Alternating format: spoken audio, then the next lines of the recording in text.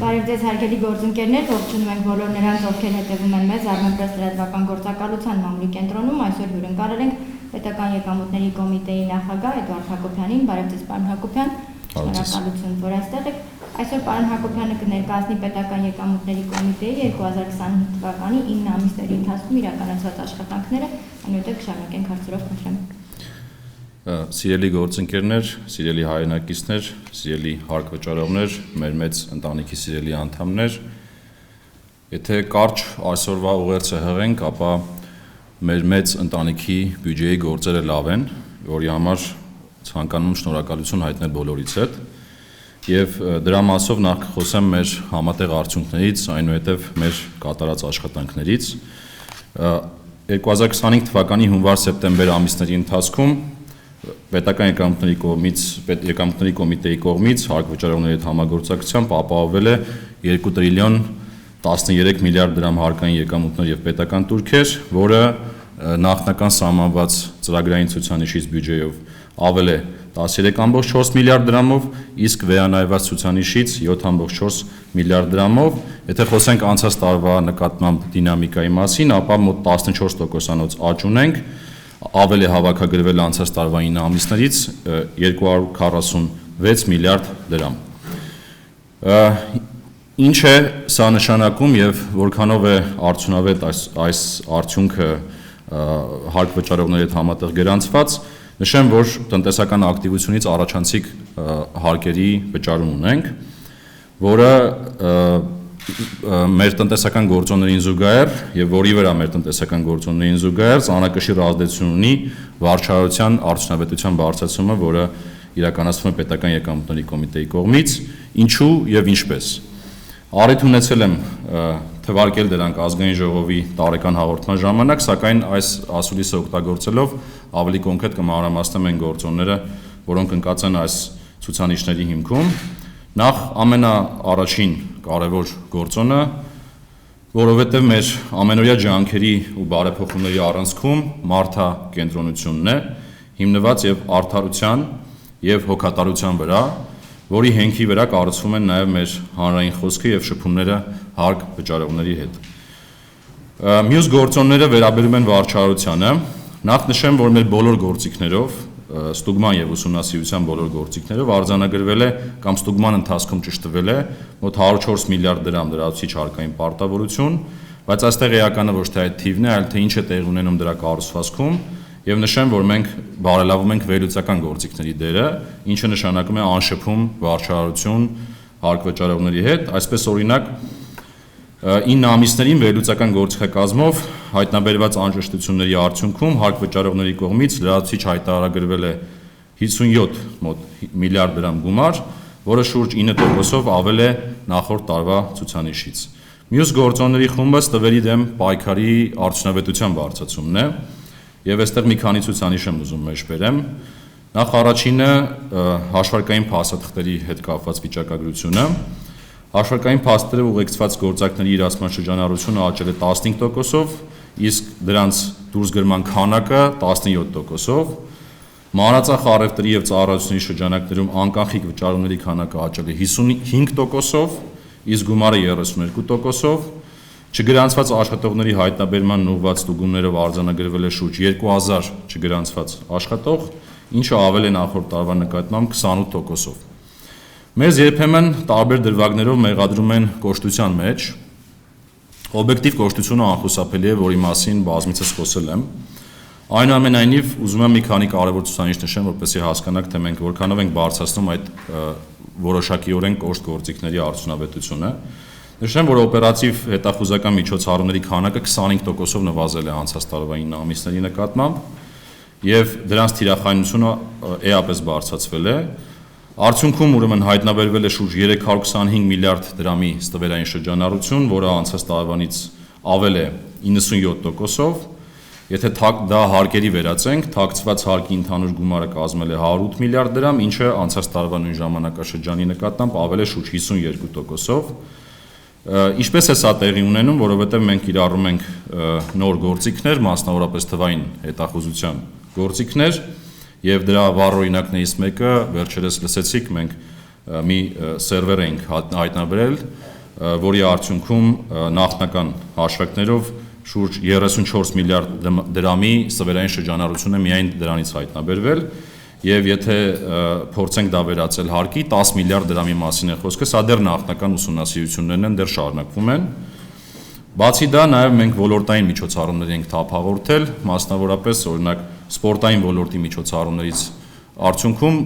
վերջին շրջանում մենք խոսեցինք այդ արդյունքներից, հայտնաբերվել է շուրջ 28 միլիարդ դրամի ստվերային շրջանառություն եւ դրա դիմաց չհաշվարկված եւ չվճարված հարկը մոտ 6 միլիարդ դրամ, այսինքն ոլորտային միջոցառումներին ինչը նշանակում է հավասար վերաբերմունք ոլորտի բոլոր կազմակերպությունների նկատմամբ, որպեսզի մրցակցությունը չխաթարվի, այսպիսի արդյունքներ ունենք։ Սա միայն իհարկե օպերատիվ հետախուզությանը չի վերաբերում եւ մենք բոլոր ուղղություններով այդպիսի աշխատանքներ անում ենք, օրինակ նաև մաքսային մեր ծառայողների ուղղությամբ ենք նմանատիպ աշխատանքներ անում, օրինակ վերջերս մի մեծ բացահայտում ենք արել, որ 1.5 միլիարդ դրամի թաքցված հարկ էր, որի մասով հաղորդում ենք ներկայացրել, խոսքը մեծ քանակով մեքենաների ներմուծման մասին է, որոնք կեղծված նույնականացման համարներով են եղել։ Մյուս խումբ գործոնները կոռուպցիայի դեմ պայքարն է, որը խոսք ենք տվել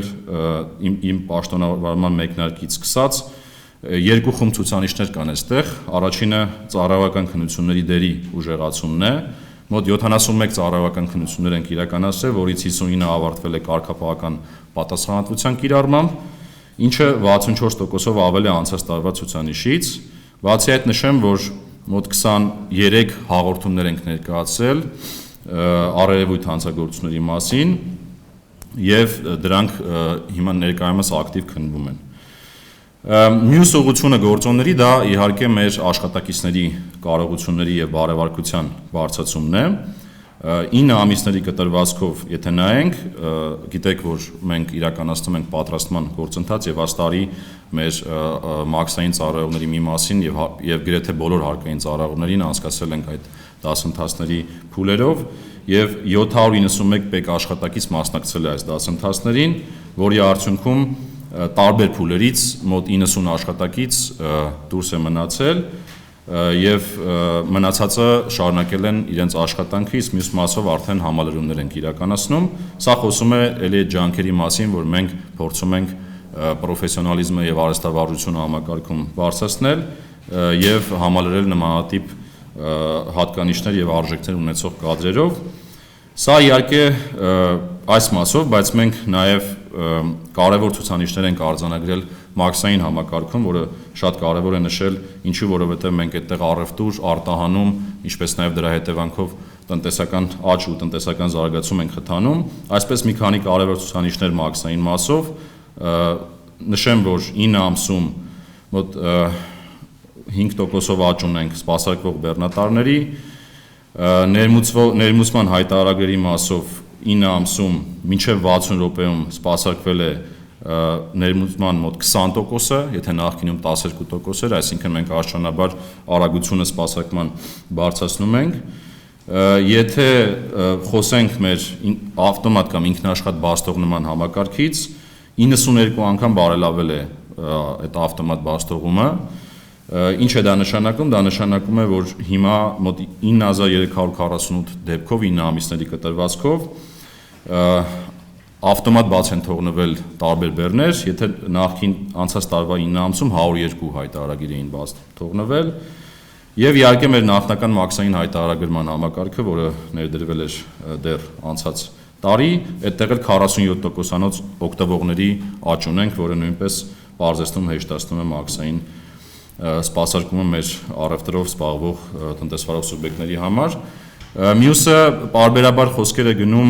իրավական գործընթացների հետ կապված եւ նշեմ, որ այստեղ մենք լայնածավալ դատական պրակտիկայի ուսումնասիրություն ենք իրականացնում եւ եթե նայենք ցուցանիշներին, ապա ի վնաս ՊԵԿ-ի կայացված դատական համակարգում որոշումները էապես նվազում են, օրինակ անցած տարի 1549 դատական ակտի դիմաց այս տարի ունենք 1087, եթե իօքուտին նայենք, հակառակն է տեղի ունենում, 274 դատական ակտից 533,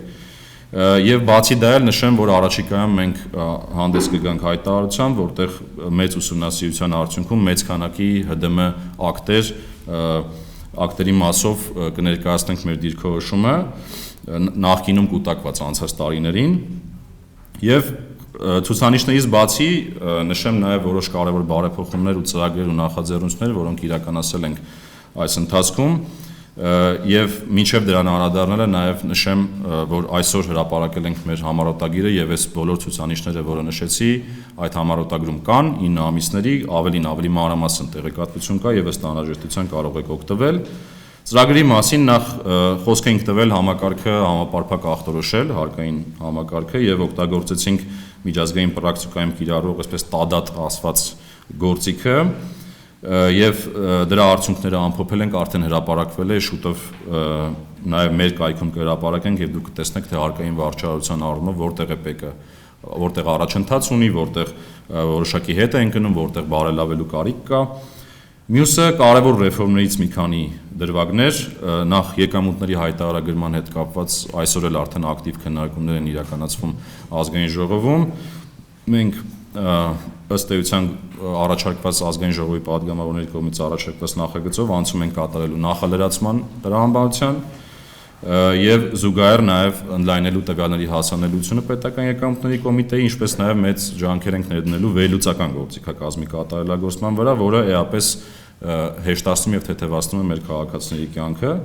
ինչպես նաեւ նոր պլատֆորմ ենք խոստվել, որը մյուս տարվանից պետք է ներդրվի, դրա տեխնիկական առաջադրանքներն ամբողջությամբ մշակել ենք եւ մեկնարկել ենք դրա մշակման գործընթացները։ Մյուս ռեֆորմը խաղային ոլորտին էր վերաբերում, լսած կլինեք, որ մենք բոլոր որոշումները արդեն ընդունել ենք եւ վերջին օրերին արդեն հայտարարել ենք խաղային օպերատորի մրցույթը, որակառուցման փուլը, որի արդյունքում կընտրվեն կազմակերպություններ երկրորդ փուլին մասով աշխատանքներ տանելու ուղղությամբ։ Մյուս բարեփոխումը ֆինանսական հաշիվների փոխանակումն է։ Սեպտեմբերի 30-ին արդեն հաջողությամբ իրականացվել է ֆինանսական հաշիվների փոխանակումը մի քանի տասնյակ երկրների հետ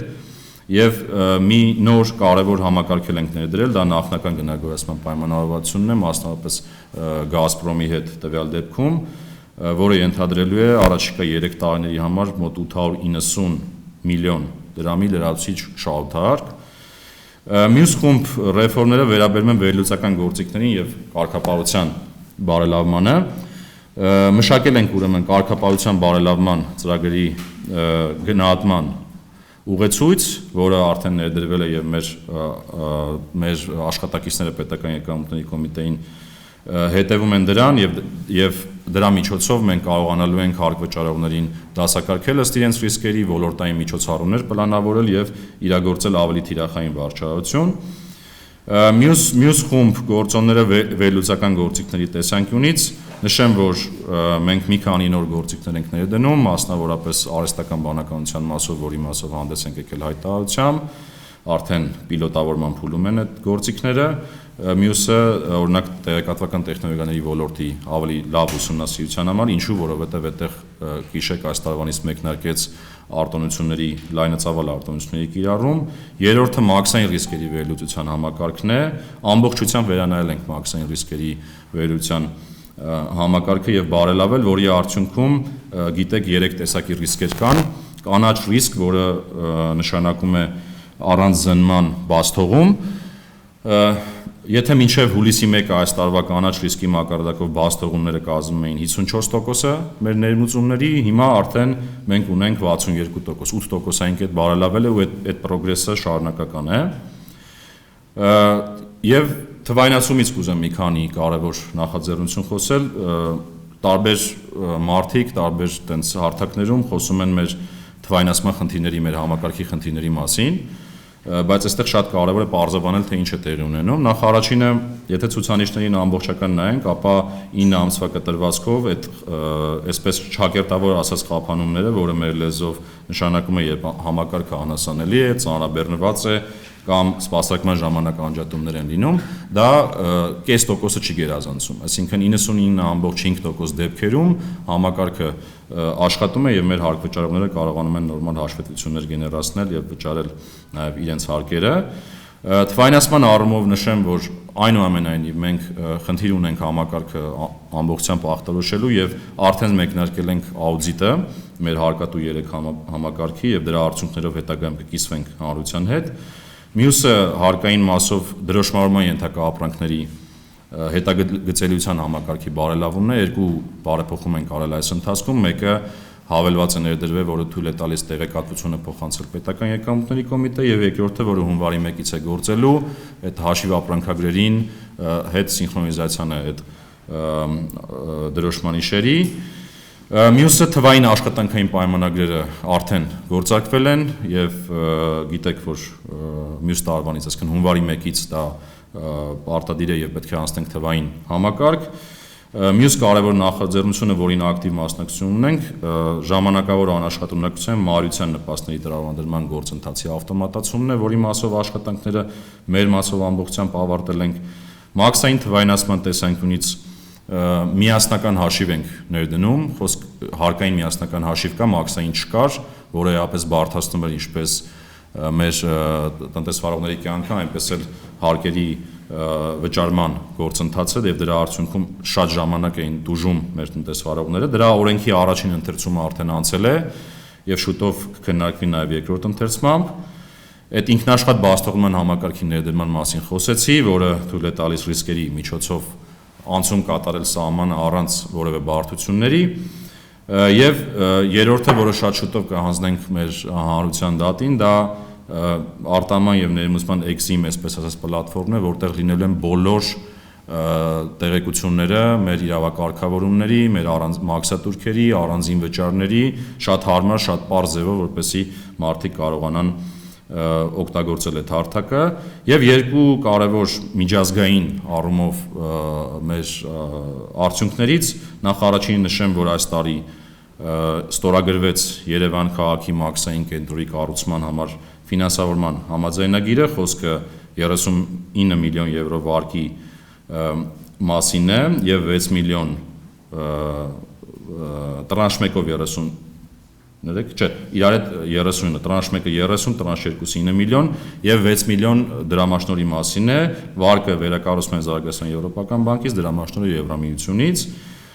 եւ կուզեի նշել, որ մենք նաեւ միջազգային ասպարեզում, հատկապես հարևանների հետ կարևոր հաջողություններ ունենք, Իրանի Իսլամական Հանրապետության հետ պարզեցված մաքսային միջանցքի այս պահին համաձայնագիր ենք բանակցում շատ ակտիվ, որը շուտով կավարտենք, Վրաստանի հետ համատեղ կետի հարց ենք քննարկում եւ աշխատանքային խումբ է ձևավորվել Գոգավան գյուտի հատվածում համատեղ ծառայություն մատուցելու ուղղությամբ եւ իհարկե ԱՄՆ-ի հետ շատ մեծ թափով սկսել են նույնիսկ կարելի ասել տարբեր ուղղությամբ համագործակցությունները, խոսքը վերաբերում է կարողությունների զարգացմանը, մեր մաքսային համակարգում սարքավորումների ձեռքբերմանը, ինչպես նաեւ առանձին խելացի մոնիտորինգային համակարգերի ներդրմանը։ Թերևս այսքանը վերջում ամփոփելով ուղղակի ուզում եմ մեջբերել այն խոսքերը, որ ես պարբերաբար հնչեցնում եմ հարկ վճարելու մշակույթի հետ կապված, հարկ վճարելը ոչ միայն սահմանադրական բնական պարտավորություն է, այլև յուրաքանչյուրիս ներդրումն է մեր մեծ ընտանիքի բյուջեում, ուղղված բոլորիս համար կյանքի բարձր որակ ապահովելուն եւ բոլորիս լիարժեք երջանիկ դարձնելուն։ Իսկ բարեխիղճ հարկ վճարելը հոգատարությունն ու պատասխանատվություն ստանձնելն է, այդպիսի կյանք ապահովել ինչպես ներկա, այնպես էլ ապագա սերունդների, մեր երեխաների համար, որը համոզված եմ յուրաքանչյուր զգում եք ձեր հոգու խորքում։ Այսքանը պատրաստ եմ պատասխանել ձեր հարցերին։ Շնորհակալ եմ շատ, հարցերով շարունակենք։ Պարոն Հակոբյան, դուք ստվերային շրջանառության բացահայտման ուղղված ցուցանիշներ ներկայացրեցիք, որ ոլորտն են առավել շատ առողջի բաժին ընկել եւ ռիսկեր որտեղ եք տեսնում։ Ստվերային շրջանառության տեսանկյունից մեր գրեթե բոլոր ուղղություններով աշխատանքները բացահայտում են, որ մեր ստվերային շրջանառությունները ավելի շատ կենտրոնացված են լինում շինարարությունում եւ առևտրում։ Խոսքը, երբ ասում շինարարություն եւ առևտուր, իհարկե խոշորացված եմ խոսում, բայց խոսքը վերաբերում է գրեթե բոլոր ուղղություններով, այսինքն առևտրի գրեթե բոլոր ուղղություններին, շինարարության գրեթե բոլոր ուղղություններին, այս երկու ոլորտները ամենախոշորներն են այդ առումով, ստվերի կենտրոնացվածության տեսանկյունից։ Պարոն Հակոբյան, դուք խոսեցիք բյուջեի հավաքագրումների մասին, ես ուզում եմ հիշեցնել, որ կառավարությունը մի կողմից խրախուսում է անկանխիկ գործարքները, հենց կառավարությանը, հենց ստվերին են պայքարելու գլխավոր միջոցներից մեկն են, բայց մյուս կողմից կարելի ասել արգելակներ սահմանում դրանց համար, ըստ այն դուք եք նկատել, որ շատ մանր առասպելի կետերում այդ վաճառողները խուսափում են անկանխիկ գործարքներ անելուց, քարտով ստանալուց, պատճառաբանելով, որ իրեն միջնորդավճար են վճարում դրա համար եւ իրենց վրա ավելի քան դեպքում, ասենք բազադրամանոց ապրանք եւ նախընտրում են կանխիկ վճարել։ Հիմա բացասական տրամաբանությունը որն է այստեղ խրախուսանքը, եթե այնպիսի պայմաններ են ստեղծված, որ անկանխիկ գործարքները ի վնաս տնտեսվարողի են լինում եւ շատ դեպքերում իրենք խուսափում են, հատկապես գյուղական համայնքների մարզերում փոքր առևտրի կետերը։ Եվ դուք նշեցիք, որ 20 քանի տոկոսով արդեն նվազել են օպերատիվ հեռուստացան ծառայությունները, այդ վիդեոթարումները, սա ինչով է պայմանավորված, արդյոք նաև այն դժգոհությունն ու աղմուկն էր, որ ինչպես ես նաև ընդգրկել, որ պետք է կարծես շանտաժ է անում մեծ գումարներով, այսինքն քրեական գործերով մեծ գումարներ լիցուգանքներ սահմանելով տնտեսվարողների համար, որ եթե չվճարեք քրեական գործով կհայտնվեք կալանավայրում, արդյոք սա էր այդ աղմուկն էր դժգոհություն տնտեսվարողների կողմից, որ դուք մի փոքր հետ քայլ եք արել։ Շնորհակալություն հարցերի համար, նախ առաջինը անկեղծ ասած վիճակագրությունը այլ բան է հուշում։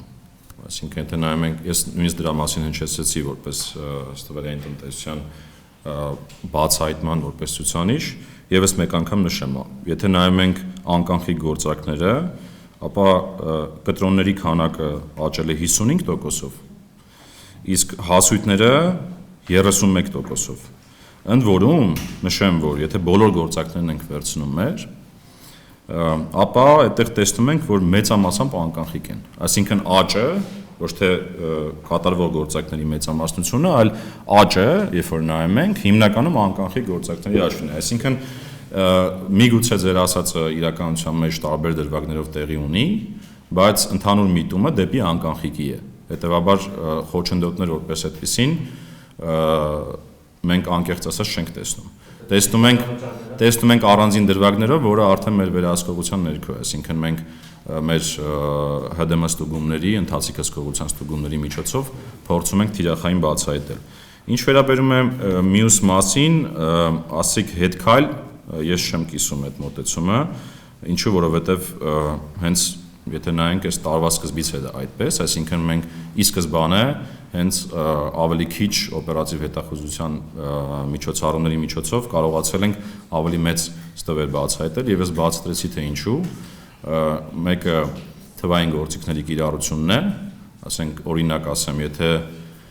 եթե նախկինում շատ են հնչում այդպիսի օրինակներ, որ համակարգիչներ օրինակ վերցնել,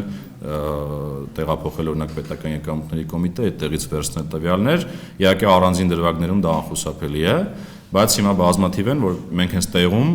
կարողանալով հարկ վճարողի հետ բանակցել, բացի այդ կիրառել նաև մեր թվային գործիքները, կարողանում ենք հենց տեղում այդ տվյալները վերցնել եւ իր բնականոն կյանքը չխաթարել։ Մյուս բանը, որ կուզեի նշեի քրեական գործերի հետ կապված, նշեմ, որ այստեղ էլ դրական դինամիկա կա, եթե օրինակ վերցնենք նախ քրեական գործերի գինը հասկանանք, էլի դերը հասկանանք, որտեղ ամեն տարի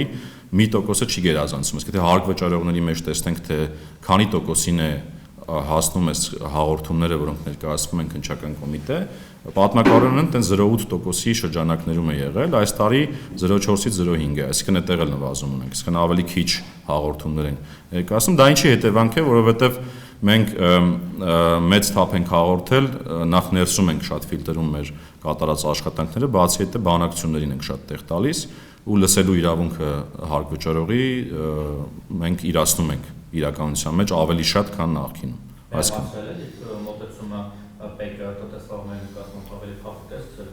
Դա փափկության մասին չի խոսում, դա խոսում է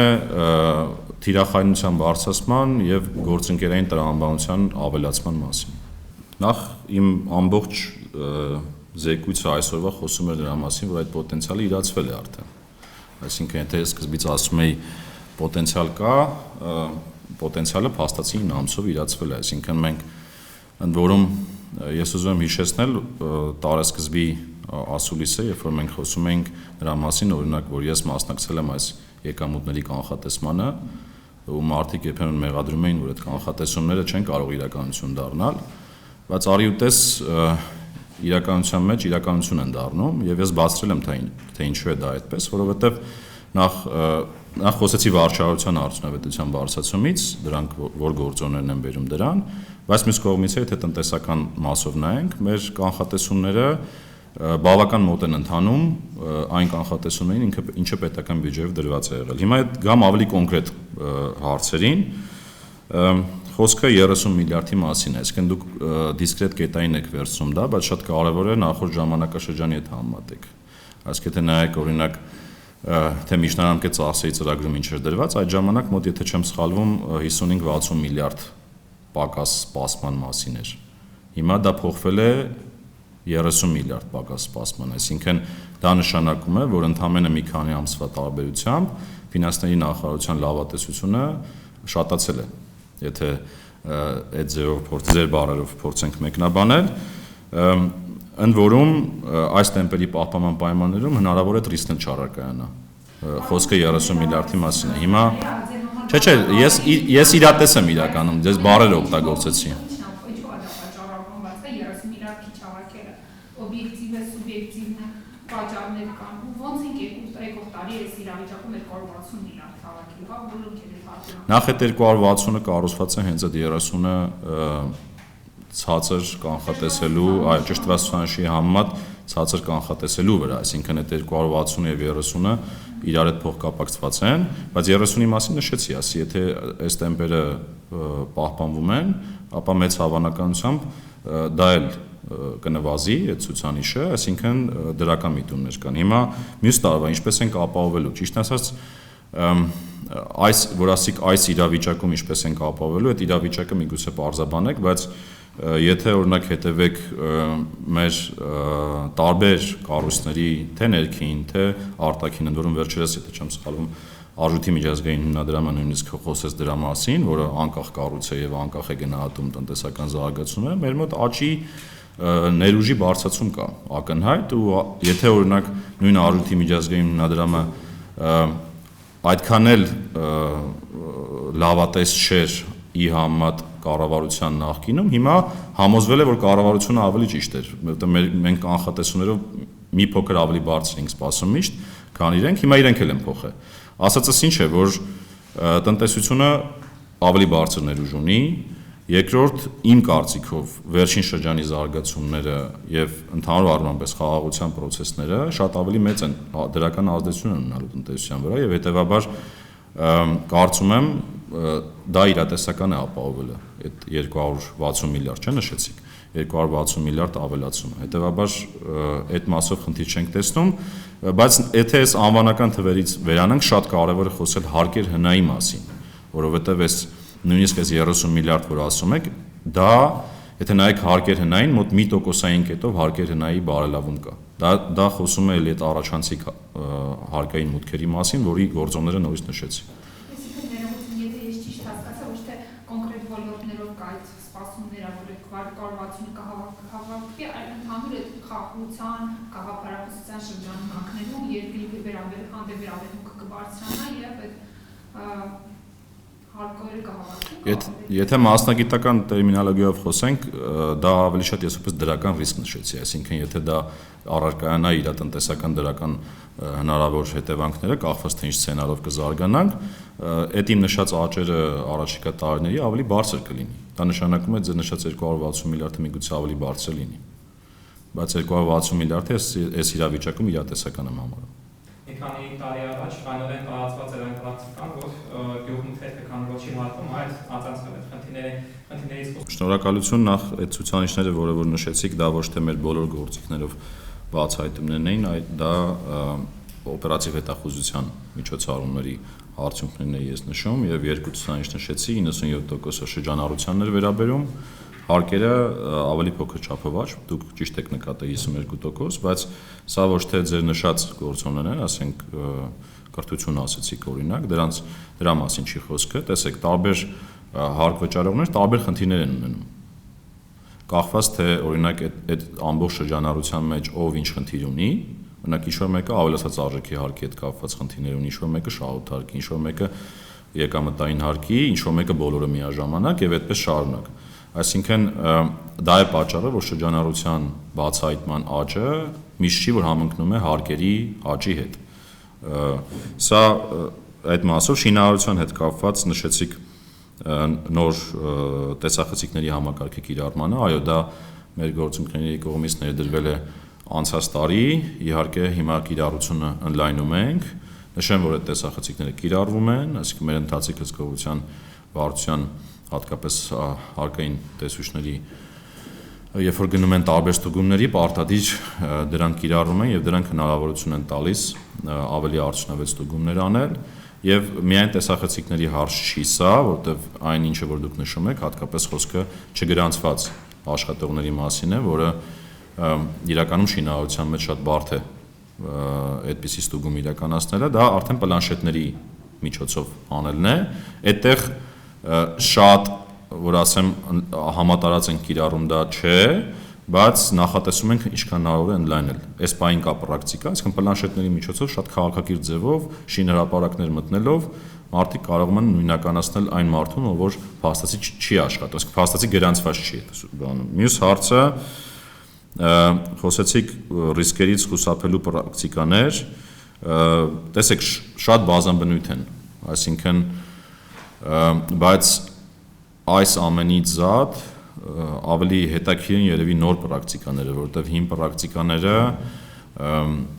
իրանք շարունակում են դրսևորվել տարբեր սուբյեկտների մոտ, օրինակ ասենք շինարարությունում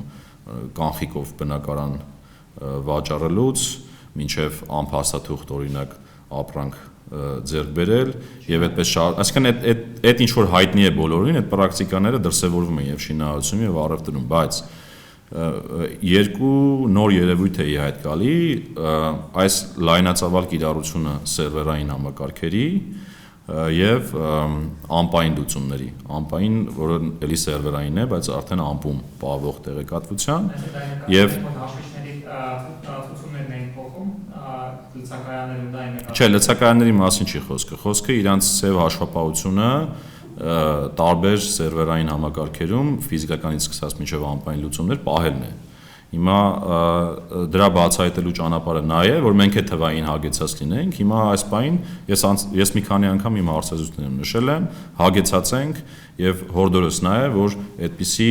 տարբեր արկածախնդրությունների չդիմեն, որովհետեւ մեր խնդիրն է ստվերը թանկ դարձնել այն մարդկանց համար, ովքեր որ ստվերում են։ Շնորհակալ եմ։ Խնդրեմ ձեզ Երկու հազար աշխատատների մեջ որ նշեցիք, հիմնականը կամ առաջատարը շինարարությունն է, բացահայտման եւ օտարերկրյա քաղաքացիների ինչ-որ էական քանակերն է բացահայտման, ու եթե հաշվառենք, որ այդպես ինտուիտիվ զգալի մասը աշխատանքային միգրանտների ուզում առանց պայմանագրերի են աշխատում։ Նման դեպքերի էական թիվից Այս ցուցանիշը առավելապես վերաբերվում է Հայաստանի Հանրապետության քաղաքացիներին,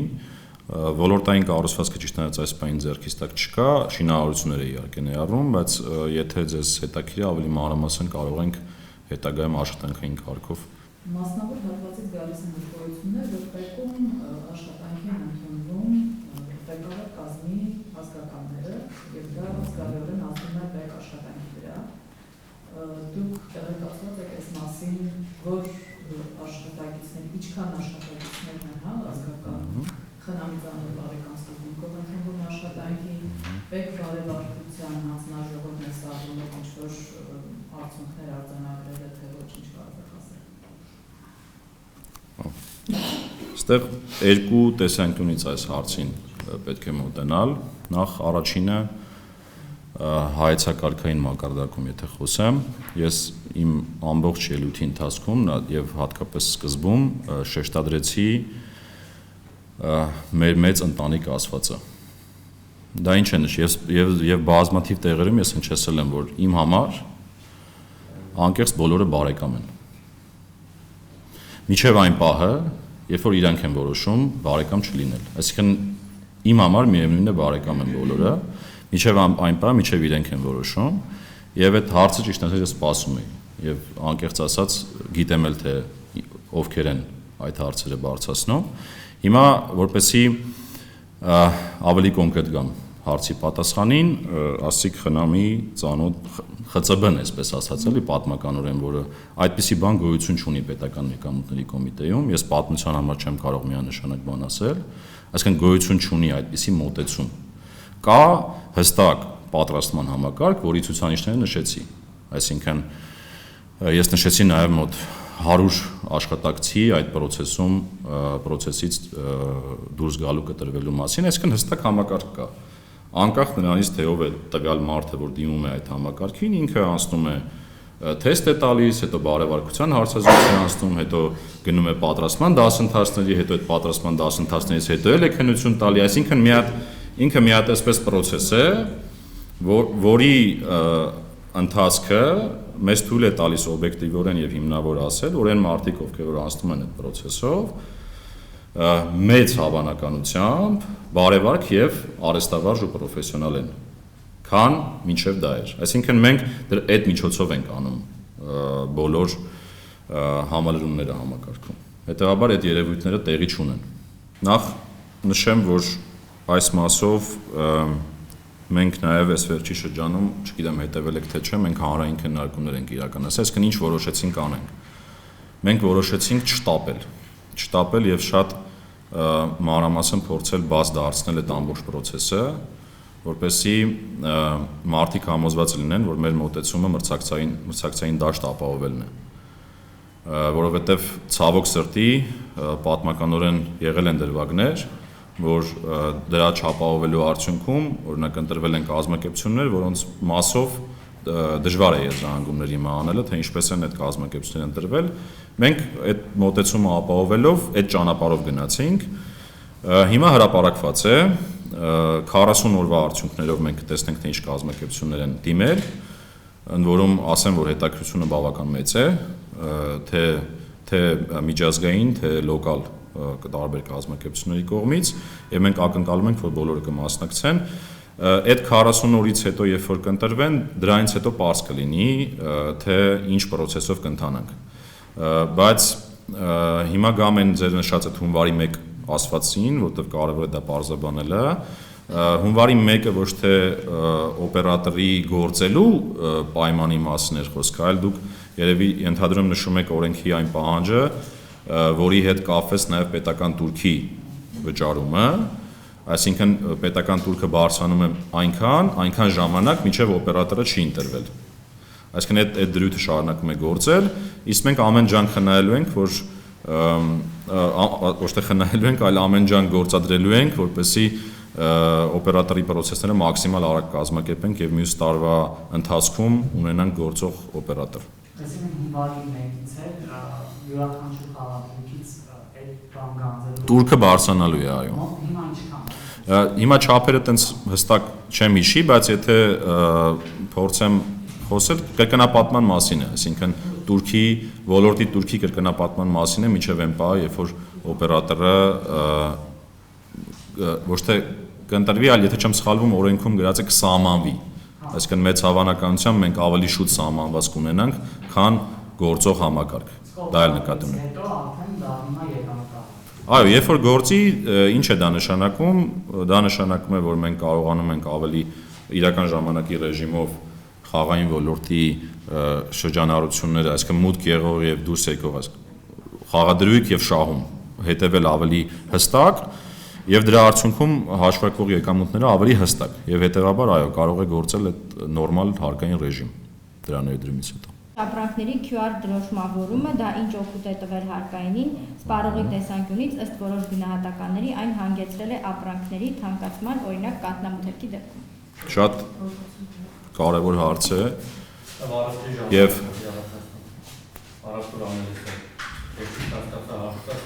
մի բլոկ ջերմուկ են արվում, հաղթա բոլորը կարող հասկանալ։ Շատ լավ։ Սրա մասին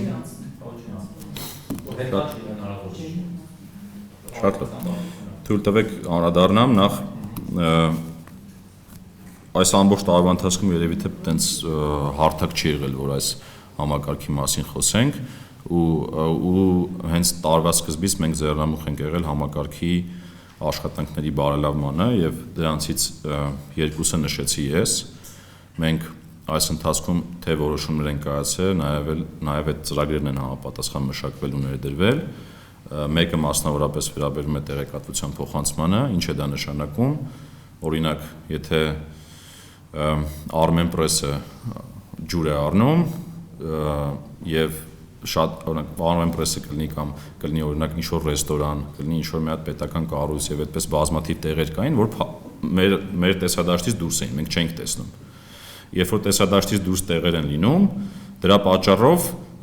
կարող են օրինակ արտադրողները կեղծ QR պիտակներով շրջանառել տարբեր ապրանքներ, տարբեր տեղերոք ռեստորաններ։ Հիմա այդ համակարգը ներդրված է եւ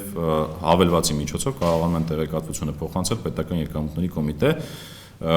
Մյուսը վաճառքների մասն է։ Վաճառքների մասը ըստ էության սկզբանե էլ կար, որտեղ սկզբից ֆիքսվում էր ներմուծման եւ արտադրության ժամանակ եւ ՀԴՄ-ով վաճառքների ժամանակ, այս իմ նշած դեպքերը ՀԴՄ-ով վաճառքներ չեն, դրանք ոնց որ ներքին օգտագործման համար են եւ կարիք կար փոխանցելու, դա մեկ։ Երկրորդ բարելավումը, որը որ տեղի է ունեցել ու հունվարի 1-ից ներդրվելու է, արդեն այս շղթայի ամբողջ շղթայի վերահսկողությունն է, մասնավորապես այս համակարգը ինտեգրել ենք հաշիվ ապրանքագրերի ինվոյսների հետ, ինչը հնարավորություն տալիս թույլ տա, թե մի հատիկ տվյալ ապրանքը ոնց է տեղաշարժվում տնտեսությունում եւ ում մոտ է վերջում վաճառվում եւ տեսեք, այս ամբողջ համակարգի նպատակը ենթակցիզային ապրանքների ստվերի վերացումն է կամ ստվերի մինիմալացումը, ինչը հնարավորություն է տալու նաեւ այդ ոլորտներում գործող տնտեսվարող սուբյեկտներին ավելի մրցակցային ու թափանցիկ դաշտում գործել։ Իհարկե գների աճ կարող է տեղ ունենալ, նորմալ է, որտեղ եթե խոսում ենք ինչ-որ նոր ինչ-որ QR կոդի մասին, որը արժեք ունի, բարձր այդ չափով ինքը եւ նաեւ տպագրության արժեքով գնի փոփոխություն է անում, բայց ժամանակի ընթացքում այս հիմա ասած մրցակցության մեջ ինքը աշճանաբար այդ խնդիրը վերանալու է, ոչ մեկ չի անհանգստանալու այդ գների փոփոխության ու գները գալու են որոշակի նորմալ մակարդակի։ Ընդ որում գնի մասով էլ նշեմ, կառավարությունը պետք է այս տարի որոշում ընդունի, որի մասին խոսել ենք եւ գինն էլ շուտով կառավարությունը կասի, թե որն է օպտիմալ գինը այս համակարգի համար եւ օպերատորի համար կսահմանվեն թափանցիկ գնային գնագոյացման մեխանիզմ, որը կհրապարակվի եւ այդ ձևով էլ առաջիկա տարիներին համակարգը կգործի։ Թերևս այսքանը, եթե լրացուցիչ հարցեր կան։ Գուվերներների ֆինանսային հսկողությունն ու զինվորությունը իրականացվում է հիմնականում այդ կարմիր գույով, սակայն ընդհանրապես մեկ սքաներ կա ու վայրեջ կատարած քաղաքացում մի քանի մաքսային ծառայողներ մոտենում են եւ ուղղորդում դեպի սքաներ, հերթերը ուտակվում են, մի հոգի այդ սարքն է աշխատացնում, մյուսը զուգում է քաղաքացիներին ու հերթերը ուտակվում են ոչ միայն մեզ համար, այլ նաեւ տուրիստների համար, հա, այդ նույն խնդիրը առաջանում ու եթե չեն սպառնում գործողություններից եկող ինքնատիպների դեպքում խնդիրը նույնն է։ Ինչու է ստեղծվում չեն ավելացում այդ սքաներների քանակը, որովհետեւ քաղաքացիները նման խնդրի չբախվեն, հատկապես որ ասում են, որ Հայաստանում ուզում են նաև որպես տուրիստական երկիր ներկայացնել աշխարհին, բայց այսպես խնդրի հենց երկիր մուտք գործել ծախեն քաղաքացին տեսնում ու բախվում է դրան։ Ինչեր բոլորին ուղարկում կարմիրությունը։ Հա։ Ստացվեց բոլորին չենք ուղարկում։ Ցավոտ թեմա է, այտենց տարիներ շարունակ դրսևորված։ Պետք է ախտորոշենք ինչ է իրականում տեղի ունենում, որտեղ խոսքը բոլոր ուղիների մասին չի եւ հետեւաբար ոչ բոլոր քաղաքացիներն են այդ խնդրին հանգում եւ ես ինքս ներողություն եմ խնդրում այն քաղաքացիներից, ովքեր չլինելով օրինակ այնպիսի մարդ, որը որ օրենքը խախտելու միջոցով է փորձում սահմանը անցնել, հայտնվում է նման իրավիճակներում, դա ուղղակի ստիպված ենք լինում երբեմն անել, ինչու, որովհետեւ օրինակ ուղիներ կան, ենթադրենք Դուբայը, որտեղից բոլորը շատ լավ գիտենք, թե ինչպես է դա տեղի ունենա, որտեղ երբ որ ես պետական եկամուտների կոմիտեում չէի աշխատում եւ ես օրինակ Դուբայում եմ եւ ուզում էի թռնել Երևան, ինձ նման առաջարկներ էին անում օրինակ օդանավակայանում եւ ես մերժում էի, որտեղ հասկանում էի, թե ինչ է տեղի ունենում։ Ընդհուպ միջև օրինակ բացի օդանավակայանից կա երևույթ, որ հենց օդանավի մեջ բաժանում են օրինակ հեռախոսները։ Այսպիսի բան էլ կա։ Ես բաց խոսում եմ, այսինքն պետք է ախտորոշենք իրավիճակը։ Հիմա ինչ անենք։ Պաշտպանենք օրինապահ քաղաքացիների շահերը, թե չպաշտպանենք։ Հիմա այլ հարցը ինչպես պաշտպանենք։ Հիմա դուք ասում եք մեթոդը այդքան էլ լավը չի, որտեղ տուրիզմի առումով ինքը բացական որոշակի հետևանքներ կարող է ունենալ։ Նշեմ երկու կարևոր նախաձեռնություն, որը երևի չխոսեցի դրա մասին ես։ Առաջինը նախ պատմության մեջ առաջի անգամ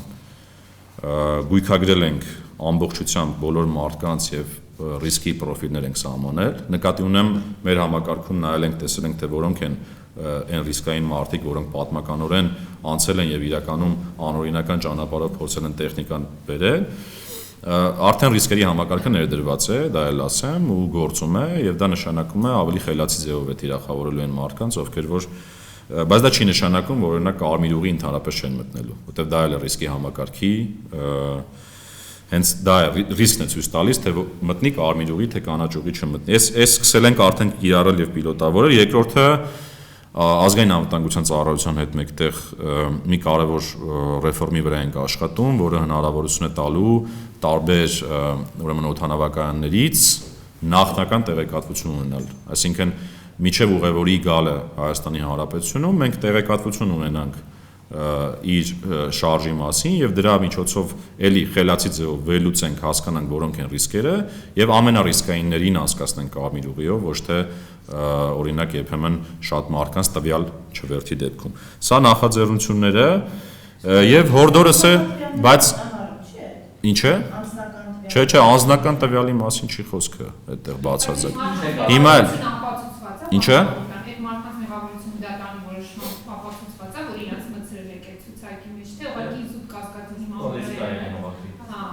Չէ, տեսեք,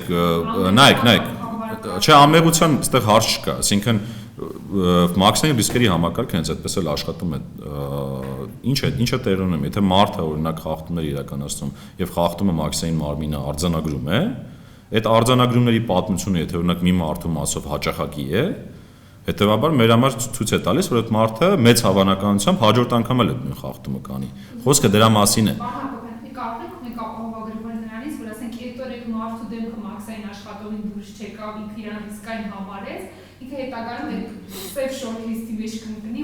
Չէ, բացարձակ։ Հենց այդ սուբյեկտիվությունը ուզում ենք բացառենք, որտեղ իրականում հիմա եք դուք հայտնվում այդ վիճակում, որովհետև ամեն դեպքում մարդ է, եթե մարդը մարդու հետ շփվում է, բազմաթիվ տպավորություններ կարող է իրենց ունենալ։ Հիմա ուզում ենք այդ տպավորությունները վերացնենք եւ մարդուն ասենք, որ դիմացինը մարդ է, այսինքն մաքսային տեսուչին ասենք, դիմացինը մարդ է եւ եթե դու օրինակ ռիսկերի համակարգով տեսել ես, որ այդ մարդը ռիսկային է, որովհետեւ պատմության ընթացքում ինքը անընդհատ խախտումներ է թույլ տալիս, իրան մոտեցի, ոչ թե բոլոր մարդկանց։ Այս դրա մասին։ Այո։ Ոսկու դեպքեր եղել ես հետաքրքրվել եմ, այսինքն գիտեք օրինակ ովքեր են ոսկի տան Թուրքիան դեպից էժան լոնը ծախում, էժան դորներ աղում բերում։ Տեսեք, միշտ այդ գիտելիքը հարաբերական է, այսինքն մենք ամեն ինչ չգիտենք, մենք սովորում ենք ընթացքում։ Ես նշեցի դրա համար պիլոտավորման մասին, այսինքն սկսել ենք գործարկել։ Ժամանակի ընթացքում այդ դեպքերը, երբ որ ավելի հստակ կարձանագրվեն ու կմցվեն այդ համակարգ, ինքը կաշխատի ու ավելի խելացի կդառնա։ Նույն տրամաբանությունն է, ինչ որ օրինակ ստվեր ենք բացահայտում կամ հարկային ռիսկեր ենք բացահայտում։ Բոլոր դեպքերում այդ նույն տրամաբանությունն է։ Ես գիտեմ ինչի մասին է եղել, մերժել եմ։ Բայց չեք ասել, երբ պատճառը կարող է հետս գազ գնանք Երևան տեսնացել, ինչ ես անում։ Իսկ ձեր կարծիքով ես կասեի։ Մերժել եմ ուղղակի։ Իմ համար հեշտ է մերժել։ Շնորհակալություն, ձեր նախորդ պատասխանի լրացումները ուղղակի չհասցրեցիք, ըստ ձեր անձնական կարծիքի նման նոր թվային համակարգը ավելի արդյունավետ է, քան նախկին թղթային համակարգը, դա առաջին հարց, եւ երկրորդ պետական եկամուտների կոմիտեի կողմից հունվարի ձեռք է բերվել, որ 2 միլիարդ դրամի 5 թղթային զրոշման պիտակ, ինչ ընթացակարգով է գնումը կատարվել եւ ինչպես է գնահատվել, արդյոք լավագույն գնով է մեկը դա գնում։ Շատ լավ։ Նախ տեսեք, ես մի փոքր հարցը ճշգրտեմ, որպեսզի ավելի ճիշտ մոտենանք էլի հարցին, որտեղ երբեմն տենց նյութականին ենք մոտենում, ասում ենք թվային թղթային, այստեղ խնդիրը թղթայինը եւ թվայինը չի։ Այստեղ խնդիրը համակարգի բնույթն է եւ ընդ որում բացարձակ կապ չունի թե դա որ կազմակերպությունն է կամ ով է սեփականատերը, բացարձակ կապ չունի։ Խոսքը համակարգի մասին է։ Եթե կա համակարգ, որը սկզբում է ֆիքսում եւ երկրորդը, որը սկզբում է ֆիքսում, վերջում եւ այդ շղթայի ընթացքում, որը արդեն պատմեցի։ Այսինքն մենք ասենք այս QR-ների համակարգը թվային դրոշմավորման համակարգը ինքը սկզբում ու վերջում էր ֆիքսում։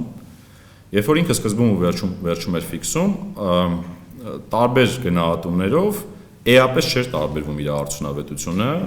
մյուս համակարգից, որը հիմա այս տարի երկուսն զուգահեռ իհարկե գործում է։ Հիմա երբ որ ինքը ամբողջ շղթայի համար դա աշխատի ժամանակի ընթացքում, որը աշճանաբար ենք ներդնում, այդ ժամանակ ինքը էապես արդյունավետություն կապահովի, բայց նորից էլ էսի կապ չունի բացարձակ ոչ թղթի որակի հետ, ոչ կազմակերպության հետ, ոչ էլ որևէ անձի կամ անձերի հետ, ովքեր որ օրինակ այդ կազմակերպության ղեկավարներն են կամ տնօրեն կամ սեփականատերերն են։ Ես ինչ-որ բան բաց թողեցի։ Հա, այս տարվա մասին է խոսքը։ Տեսեք, մրցութային ընթացակարգ է եղել, այսինքն մենք պատմականորեն ինչպես որ մրցույթ իրականացվել է, մենք էլ ենք այդ մրցույթը իրականացրել, այդ մրցութային ընթացակարգով տվյալ կազմակերպությունը, որը որ հաղթել է, հետո մատակարարումը իրականացրել է։ Այսինքն այդ նորմալ գինը ինչ որ սահմանել եք եւ արդյոք։ Տեսեք, դժվար է ասել նորմալ գինը որն է։ Դրա համար պետությունը ունի ընթացակարգ, ասենք եթե օրինակ դու մրցույթ ես սահմանում, ու այդ մրցույթի ընթացքում նույնիսկ եթե մի կազմակերպություն է մասնակցում ու գին է առաջարկում, դա նշանակում է, որ այդ գինը պետք է ընդունես օպտիմալ, եթե նույնիսկ դա նորմալ կամ օպտիմալ չի։ Զուտ գնումների ընթացակարգի տեսանկյունից եմ ասում։ Ինչ?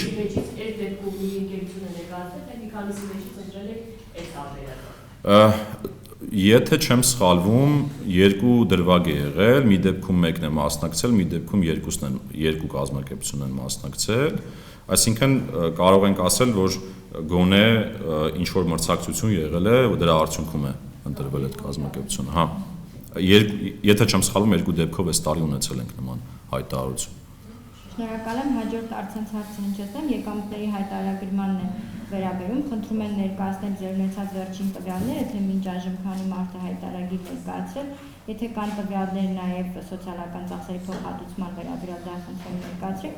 եւ այս րոպեին ազգային ժողովում քննարկվում է նախագիծը, որով ամսի 1-ից արդեն ուժի մեջ է մտնելու ըստ էության, եթե օրենքը ընդունվի, նոր մոտեցումը, ընդհանուր առմամբ սա հետքալ դիտարկում եք, թե ոչ։ Շնորհակալություն հարցերի համար։ Իհարկե միջև օրենքի ընդունումը պարտավոր ենք այդ ցուցանիշներից խոսել, բայց օրենքի ընդունումից հետո միգուցե այս քանակները այդքան հետաքրքիր չլինեն, այլ արդեն խոսենք օրինակ այն մարդկանցից, ովքեր որ սոցիալական կրեդիտներ են ստանում, ովքեր որ օրինակ համակարգում իրենց այն եկամուտներն են հայտարարում, որոնք մենք չենք տեսնում պետական եկամուտների կոմիտեն, բայց հիմա նշեմ 133,000 քաղաքացի հայտարարագիր հանձնել է արդեն, որից արդեն ունենք 51,000-ը, ովքեր ստացել են սոցիալական կրեդիտներ։ Սա է երեկվա դրությամբ պատկերն է։ Ինչ վերաբերում է քննարկվող նախագծին, որին պետական եկամուտների կոմիտեն էլ մասնակցել, այսինքն անկախ նրանից հեղինակը ով է, դա կարելի ասել այդպես համատեղ երկար քննարկումների հետևանք է, այդտեղ բացարձակ որևէ հետքայլ չկա, դա ընդհակառակը հիմնված է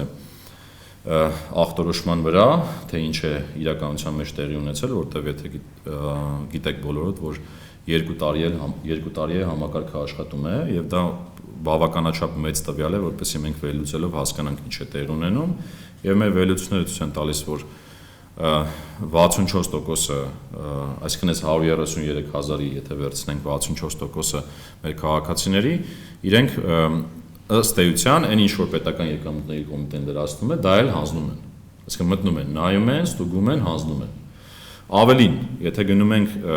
օրինակ տեսնենք թե լրացուցիչ ինչ են հայտարարագրում, տեսնում ենք 18%-ը այնտեղ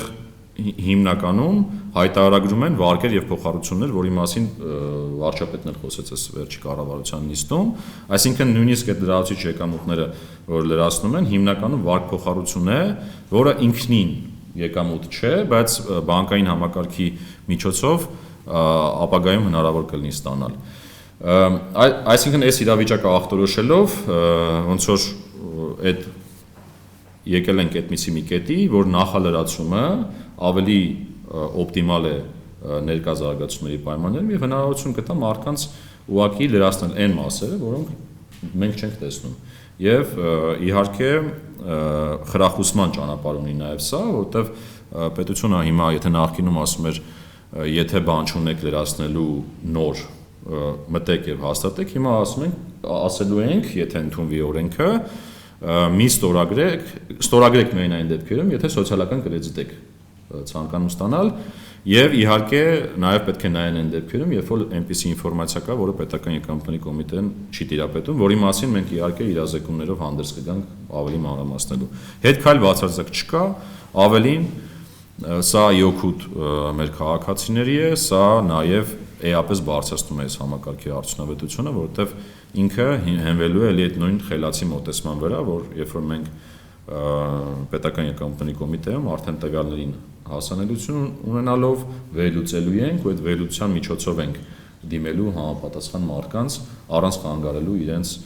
բնականոն կյանքին։ Պարոն Հակոբյան, միգուցե հաջորդ հարցս այդքան էլ ձեր գերատեսչության լիազորությունների մեջ չէ, բայց հնարավոր է քննարկումներից դուք տեղեկացրած եք, որպեսզի այդ սոցիալական կրեդիտը, ինչպես նշում եք, խրախուսական բաղադրիչը ավելի ամրապնդվի, հնարավոր է առաջիկայում այդ գումարը ծախսելու ուղղությունները ընդլայնվեն։ Այս պահին նման քննարկում չկա, բայց եթե չեմ սխալվում, տարբեր քննարկումների ժամանակ նաև հնչեցվեց նրա մասին, որ սա դեռ առաջին քայլն է, այսինքն սոցիալական կրեդիտ այս պահին ինչ որ ունենք ու իր ծածկույթը եթե օրինակ վերցնենք, ինքը բավական լայն է այս պահի դրությամբ։ Կարծում եմ ժամանակի ընթացքում հետևելով այս համակարգի կայացման ընթացքին, միգուցե քննարկվեն օրինակ նոր ուղղություններ ավելացնելը եւ ես նշեցի այդ սկզբունքը խրախուսման, այսինքն կառավարությունը եւ ազգային ժողովի նախաձեռնությամբ ընտրում են մի ճանապարհ, որը ավելի շատ խրախուսման միջոցով փոխվստահության ամրապնդումն է քաղաքացու եւ պետության այս համակարգի միջոցով։ Ճշտով հարցնեմ։ Արչեթի ուզենային ճշտեիք այս տարի քանի հոգի պիտի հայտարարի ներկայացնի 24 թվականի եկամուտների համար եւ դիտարկում ես մարդկանց քաղաքացիների զրույցներում զգացի, որ իրանք տեղյակ չեն, որ 300,000 շեմը չհաղորդի եկամուտների մասով, որ կարող են չհայտարարվել։ Վերաբերում է միայն 24 թվականին, դրա մասին տարվա սկզբին հայտարարեցի, քանի այն երջերում մի քանի օր հետո ճշտում մտցվեց, որ դա 24-ին է վերաբերում։ Մարդկանց թվում է, թե դա պերմանենտ գործող ակցիա է լինելու։ Հիմա հնարավոր է իրոք այդ երկարացվի տարածվի նաև 25 թվի վրա։ Այս պահի դրությամբ քննարկվող նախագիծը, տեսեք, նախ նշեմ դա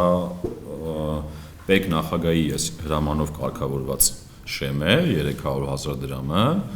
Հիմա որպեսզի ապագայի համար ավելի թափանցիկ ու հստակ լինեն հարաբերությունները պետության եւ քաղաքացու, այս նախագծով մի դրույթ կա, որը կառավարությանը հնարավորություն է տալու երկու կարևոր բան։ Սահմանի այն չհարկվող եկամուտները, որոնք կարիք չկա, որպեսզի քաղաքացին լրացնի, եւ երկրորդ այն հնարավոր շեմերը, որոնք պետք է կիրառվեն։ Հիմա երբ որ նախագիծը քննարկվի ընդունվի, դրա հաջորդ փուլը կգա արդեն կառավարության կողմից համապատասխան որոշման մշակում, այդ մշակման փուլում կառավարությունը ավելի հստակ ուղերձ կհղի։ Բայց հիմա այդ եմ ասում, ես ինչի համար նշեցի, ասի որպեսզի ավելի թափանցիկ կայուն ու հստակ լինի ապագայում բոլորի համար, դա տեղափոխվում է կառավարության որոշման տիրույթ եւ այդ ժամանակ արդեն հստակ կառավարությունը հանդես կգա բան, բայց կառավարությունը բացարձակ հակված չի այնպիսի քայլ անել, որ օրինակ խանգարի մարդկանց ամենօրյա կյանքին։ Դրա վառ օրինակը նա է, որ այդտեղ մի դրույթ էլ կա նրա մասին, որ ընտանիքի անդամների միջև փոխանցման հարցն են քննարկում եւ դա էլ եթե օրինակ եղավ, կստացվի որ օրինակ ընտանիքի անդամների միջև փոխանցումներն էլ կարիք չկա անհանգստանալ դրանց մասին հայտարարելու եւ այս քայլերը ինչի մասին հուշում, որ ելի նորից իօքուտ մարդկանց է, որ շատ չխանգարենք իրենց գործակները կազմակերպելի շատ մտածեն այս շեմերի ու մնացած ամեն ինչի մասին։ Սամսոնների մասով Մի քանակն է մարդկանց։ Հա, կներեք, այդ մասը երևի թե բաց թողեցի, այդ թվերի մասին շատ ենք խոսել, 700,000 եւ ավել մարդկանց։ Հա, 700,000 եւ ավել եմ ասում ինչի, որովհետեւ կա օրինակ մինչեւ 800,000-ի շրջանակներում լինի, ինչի է այդ անորոշությունը գալիս, որովհետեւ միշտ չի որ պետական եկամուտների կոմիտեն օրինակ իրական շահառուներին գիտի։ Հենց դրա մասին մենք ինչի ենք հիմա ասում նախալրացում եւ ավելի շատ տվյալների հասանելիություն եւ վերլուծություն, պետական եկամուտների կոմիտեն ճանաչի հայտարարություններին ավելի ամբողջական, երբ որ կճանաչի այդ ժամանակ ցուցանիշների մասին ավելի ամբողջական պատկերացում կունենա, բայց ամեն դեպքում մյուս տարի բոլորին է վերաբերում հայտարարագրումը, անկախ այս տարի ինչ ցուցանիշներ պետք է լինեն։ Դե գործող օրենսդրությամբ նախազգուշացում, հետո համապատասխան տուգանքներն էր կրկնապատկվող, հիմա դա էլ է քննարկվում ազգային ժողովում, քանի որ նախալրացման տրամաբանությամբ ենք քննարկում հիմա անցնելը, դրանց հանելու մասին է նաև քննարկում իրականացվում։ Այո։ Հիմա կտեսնենք այսօրվա քննարկման եւ առաջիկա օրերի քննարկման արդյունքներով։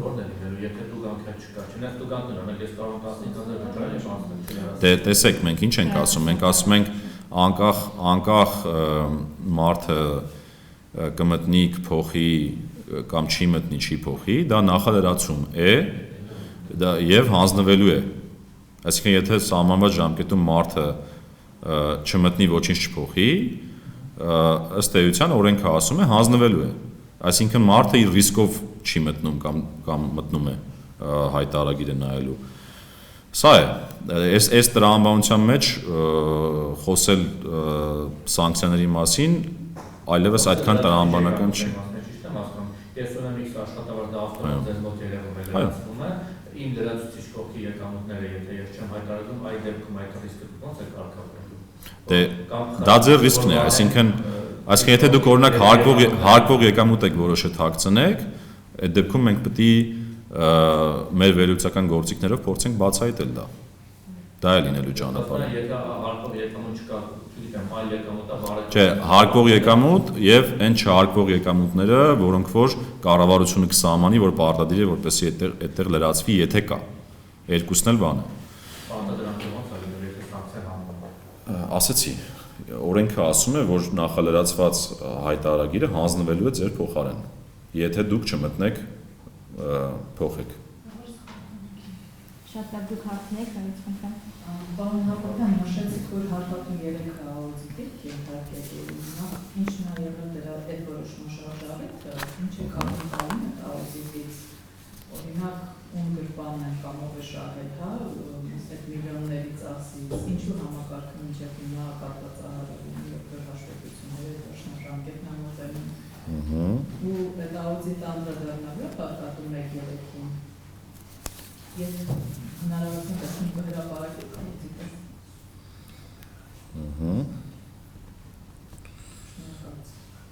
Շատ լավ։ Նախ թույլ տվեք չմեկնաբանեմ այն մասը, որ թե ինչ ում գրպանն է գնացել, որտեվ ես տարիներ շարունակ չեմ եղել այդ process-ներում, բայց այսօրվա իմ խոսքը նրա մասին էր եւ այդ օրինակ նույն խաղային օպերատորի դեպքում ես օրինակ բերեցի։ Իսկ մեր խնդիրն է մաքսիմալ թափանցիկ ու մրցակցային գնումներ կազմակերպել եւ այդ ընթացքում օբյեկտիվորեն ով էլ որ կհաղթի, այդ դեպքում այդ հարցը ձեր մոտ էլ երբեք չի առաջանա ապագայում։ Հիմա գամ այդ կաթվածահարության հարցին, դա կարծում իմ խոսքում ելույթի ժամանակ մեկնաբանեցի, չեմ կիսում այդ կաթվածահար ասվածը, բայց միգուցե այդպիսի տպավորություն կա ինչ որ կրիտիկական կետերի, որը որ նշեցիք։ Հիմա ես նշեցի ինչի մասին, ասի ամբողջ 9 ամսվա ընթացքի, եթե ժամանակը վերցնենք օրերով, ժամերով էական չի, կես տոկոսի մասին է խոսք գնում այդտեղ, այսինքն 99.5% դեպքերում համակարգը աշխատում է։ Հիմա երբ որ գալիս է հաշվետվությունների շրջանը, ցավոք սրտի մեր երևի հարկային օրենսդրությունը այնպես է կառուցված, որ հիմնականում ասենք կոնկրետ ժամկետներ կան հաշվետվություններ հանձնելու, որոնք բավական մոտ են իրար։ Մեկ դա է, երկրորդը մեր էլի ցավոք սրտի մեր հայ ազգի տենց գենետիկ խնդիրն է, որ մենք սիրում ենք ամեն ինչ վերջում անել։ Այսինքն վերջին օրերին հաշվետվություն ներկայացնել, դիմում ներկայացնել եւ հորդորս նաեւ ուղղակի մի քիչ հոգատար լինենք այդ համակարգի նկատմամբ, նաեւ հարկ վճարողները եւ դիմում ներկայացնողները փորձեն ամենավերջնակետին չգան այդ ամեն ինչը ներկայացնեն, այսինքն ինքը երկու կողմանի խնդրեմ է։ Հիմա մյուս խնդրեմը ինչի ենք որոշել այդ աուդիտը իրականացնել։ Նախ համակարգը բավական հին է, այսինքն ինքը հին արխիտեկտուրայով արդեն այս նոր սերնդի թվայնացումները բավական առաջ են նրանից, ինչը որ մեր համակարգը ունի, չնայած հանուն արդարության պետք է նշել, որ ժամանակի ընթացքում այդ համակարգի վրա բավական աշխատանքներ են արվել, ընդհանուր մինչև օրս բարելավումների տեսանկյունից։ Հիմա խնդիր կա, մենք այդ աուդիտը ինչի համար ենք անում, որ մի հատ հասկանանք այս համակարգի կյանքի տևողությունը, որ հասկանանք մեր նախաձեռնություններն ու ռեֆորմները առաջիկա տարիների որքանով կարող են կլանվել այս համակարգի կողմից,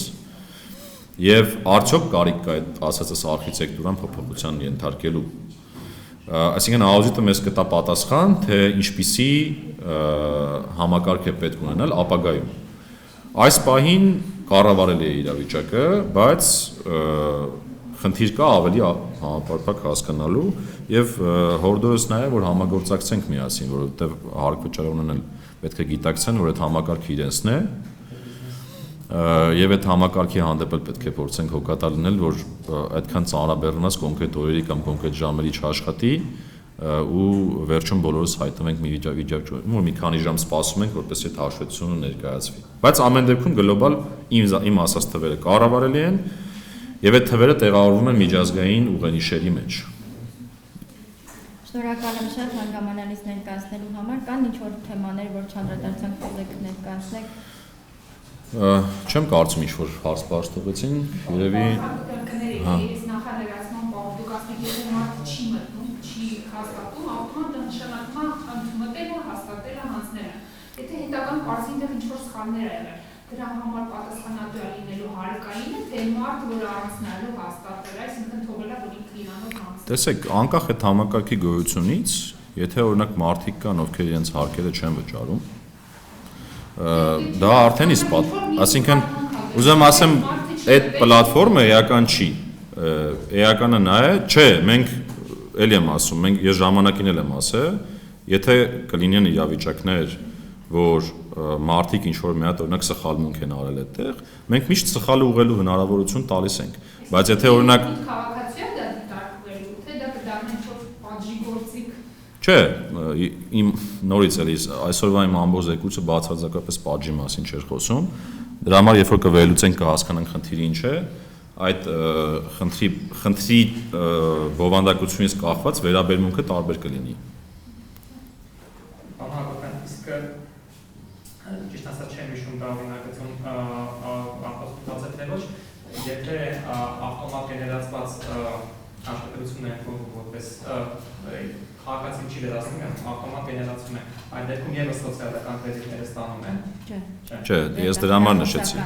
Այսինքն այդ ստորագրելու հանգամանքը շատ կարևոր է։ Մենք պետք է միշտ գիտակցենք, որ ինքը ոնց որ նաև որոշակի հոգատարության ու պատասխանատվության զգացում է թողնում մարդու մոտ, որ ինքն է իր հայտարարագրի պատասխանատուն, այսինքն ինքն է իր եկամուտների մասին թափանցիկ ձևով հայտնում պետության հետ, ստորագրությունը հենց այդ գաղափարն է թողնված, որ նաև խրախուսական որոշակի միջոց սոցիալական կրեդիտի միջոցով, որ մարդը շահագրգռված լինի, լինել թափանցիկ իրենց կողմից ծնված պետության հանդեպ։ Իսկ ապագայի համար մոտեցումներ քննարկվում են այդ համակարգի զարգացման ու որովհետև դա անվանորեն այդ եկամուտների հայտարարմանը պետք է նաև ծախսերի հայտարարում հետևի այն ինչ որ սա հիմա քննարկվում է ինչ-որ ձևով թե թողնված է միջնաժամկետ ապագայի կամ երկարաժամկետ։ Այս պահին քննարկում չկա ծախսերի հայտարարման, բայց դե գիտեք, պաշտոնյաների մասով կան հայտարարագրեր, այդ հայտարարագրերում որոշակի ծախսեր հայտարարագրվում են, բայց կոնկրետ այս համակարգը միայն եկամուտների հայտարարման մասին է, բայց այդ ապագայի մասին որպեսզի խոսենք, մենք ավելին ասեմ, հիմա մեր այն ռեֆորմը, որի մասին նշեցի, նոր հարթակ ունենալու, այդ նոր հարթակը փուլերով հասնելու ենք մի կետի, որ ֆիզանձը իր բոլոր հարկային հարաբերություններում պետության հետ շփվելու ունենա մի հարթակ։ Այսինքն այդ հայտարարագրման հետ բոլոր այն ծառայությունները, որտեղ պետական եկամուտների կոմիտեն մատուցում է ֆիզիկական անձին, ինքը մի հարթակով բոլորը ունենա իր աչքի առաջ։ Այս տեսանկյունից բարելավում նախատեսում ենք։ Չէ, հիմա օրինակ ասեմ, հիպոթեքի վերադարձի դիմումները առանձին հարթակով եք, չէ՞ դիմում։ Օրինակ տաքսի ծառայություն մատուցողները առանձին հարթակով են իրենց հարկերը հայտարարագրում։ Հիմա մենք նախատեսում ենք ֆիզանձի դեպքում միասնական պլատֆորմ ձևավորենք ու անկեղծ ասած ոգևորիչ թվեր կան։ Այս չի որ օրինակ մարդիկ պատրաստ չեն հայտարարագրել նույն տաքսիի մասով, նույն օրինակ վարձակալական վճարների մասով, ավելին ասեմ կան մարդիկ, ովքեր որ չհարկվող եկամուտների այլ տեսակներ են հայտարարագրում։ Այսինքն կա մարդկանց համախումբ, որը քիչ-քիչ գում է հասկանում է, որ ինքը պիտի իր պետության հանդեպ հոգատար լինի։ Սա միջոց է այդ հոգատարությունը ավելի լավ դրսևորելու։ Իսկ անշարժույթի վարձակալության հայտարարման կամ ձևակերպման ինչ-որ տվյալներ ունենք տարվա սկզբից որքան ու ավելացնել, որովհետև անցյալ տարի ակտիվորեն ուսանողներ էին դրա։ Ճիշտ ասած հիմա ձեռքից տակ չունեմ, բայց դա էլ աշխատանքային կարգով կարող ենք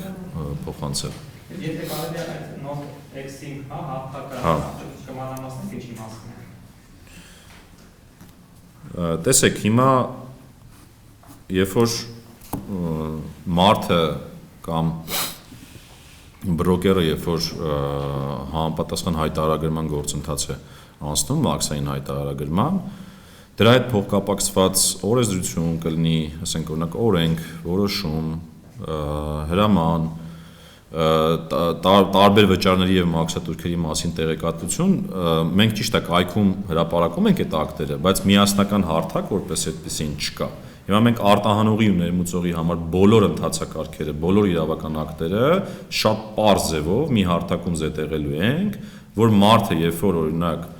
մի օր որոշեց, որ ինքը արտահանման պես զբաղվում կամ ներմուծմամբ, ցանկացած տեսակի տեղեկատվություն այդ համակարգ մտնելուց տեսնելու է եւ նույնիսկ կարողանալու է հաշվարկել իր մաքսատուրքը, իր ապրանքի